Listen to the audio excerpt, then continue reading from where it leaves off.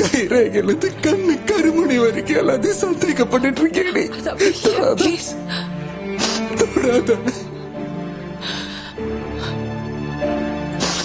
இந்த ஊர் உலகம் என்ன வேணாலும் சந்தேகப்படலாம். ஆனா நீ எப்படி என்ன சந்தேகப்பட்ட? நீ எப்படி என்ன வேற ஒருத்தனை பார்த்த?